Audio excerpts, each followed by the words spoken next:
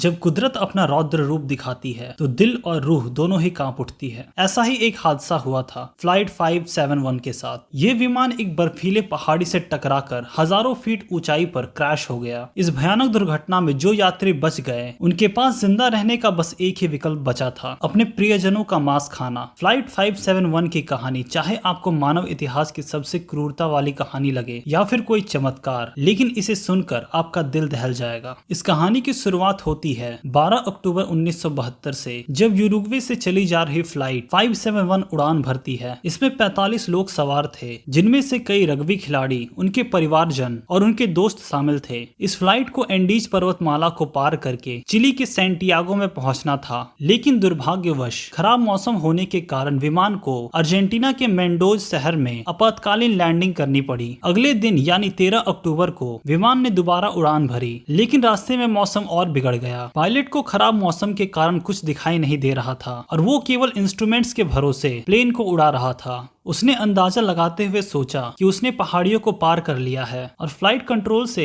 Landing की इजाजत मांगने लगा, लेकिन असल में अब भी प्लेन पहाड़ियों के बीच में ही था। जिसके बाद जैसे ही पायलट ने प्लेन को नीचे की ओर किया तो प्लेन का निचला हिस्सा एक बड़े से पहाड़ के चट्टान से जाकर टकरा गया और कुछ ही देर में विमान पूरी तरह से चकनाचूर होकर बिखर गया। इस दुर्घटना में पायलट समेत कई लोग मारे गए, लेकिन अब भी 33 लोग जिंदा बचे हुए थे, जिनमें से कई लोग बुरी तरीके से घायल हो चुके थे। बर्फीले पहाड़ों के बीच उनका विमान बिखरा पड़ा हुआ था और उन्हें यह भी नहीं पता था कि वो कहां पर हैं। जल्द ही रात हो गई और तापमान -30 डिग्री सेंटीग्रेड से भी नीचे गिर गया। उन्होंने विमान के अंदर ही शरण ली, लेकिन ठंड और भूख के कारण 5 और लोगों की मौत हो गई और बचे हुए यात्रियों की संख्या घटकर 28 हो गई। कई दिन रेस्क्यू ऑपरेशन चलाया गया, लेकिन विमान सफेद रंग का होने के कारण वो बर्फ के इस रेगिस्तान में कहीं खो गया था। बचे हुए लोग ये उम्मीद कर रहे थे कि उन्हें जल्द ही बचा लिया जाएगा, लेकिन क्रैश के 8वें दिन उन यात्रियों को रेडियो की मदद से ये पता चलता है कि खोज अभियान रोक दी गई है। ये सुनकर उनकी आखिरी उम्मीद भी टूट गई थी। धीरे धीरे उनका खाना और पानी भी खत्म हो गया। अब उनके पास जिंदा रहने के लिए बस एक ही विकल्प बचा था, अपने मृत साथियों के शरीर के मांस को खाना। वहाँ के भयानक ठंड और असहनीय परिस्थितियों में बचे हुए लोग जिंदा रहने के लिए प्लेन के सीट कवर तक को खाने लगे थे। लेकिन 29 अक्टूबर को एक और एवलांस ने 8 और लोगों की जान ले ली और अब प्लेन में केवल 19 लोग जिंदा बचे थे। जब जिंदा रहने की कोई उम्मीद नहीं बची थी, तब उन सब ने मिलकर डिसाइड किया कि उनमें से सबसे फिट 3 लोग पहाड़ के उस साइड जाएंगे और मदद की तलाश करेंगे। उनमें से 3 लोग पहाड़ के दूसरी ओर जाने के लिए निकल गए और 20 दिसंबर को